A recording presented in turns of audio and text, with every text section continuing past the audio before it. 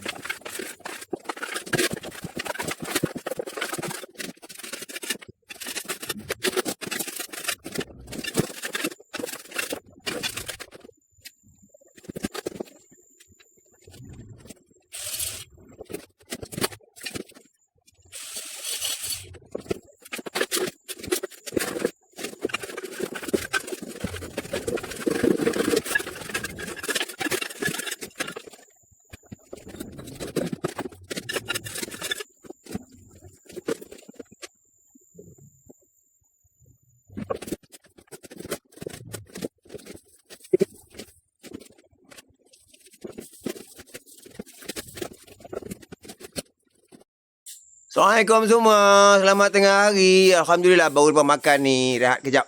Pak Ndak nak iPhone, tapi tak boleh tunjuk, nanti kena ban. Okey. Assalamualaikum Mak Ndak. Salam. Buat apa tu? Lepas baru makan, nak nyapu. Pagi tadi nak nyapu, ada nyomok monyet pula. Okey, Pak Ndak iPhone dulu Assalamualaikum, sayang semua.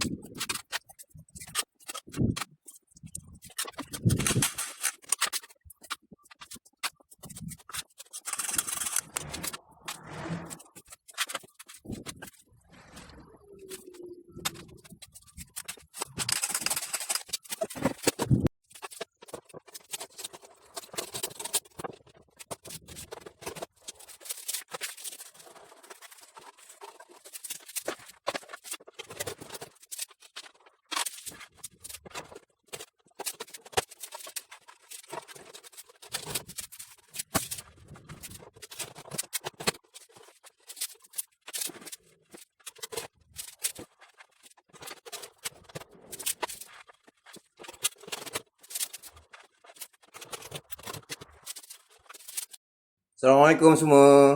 Alhamdulillah dapat siapkan 2 kerja hari ni. Ni tingkap Nako dah pasang cermin. Ni cermin Pak Lang bawa balik daripada sekolah.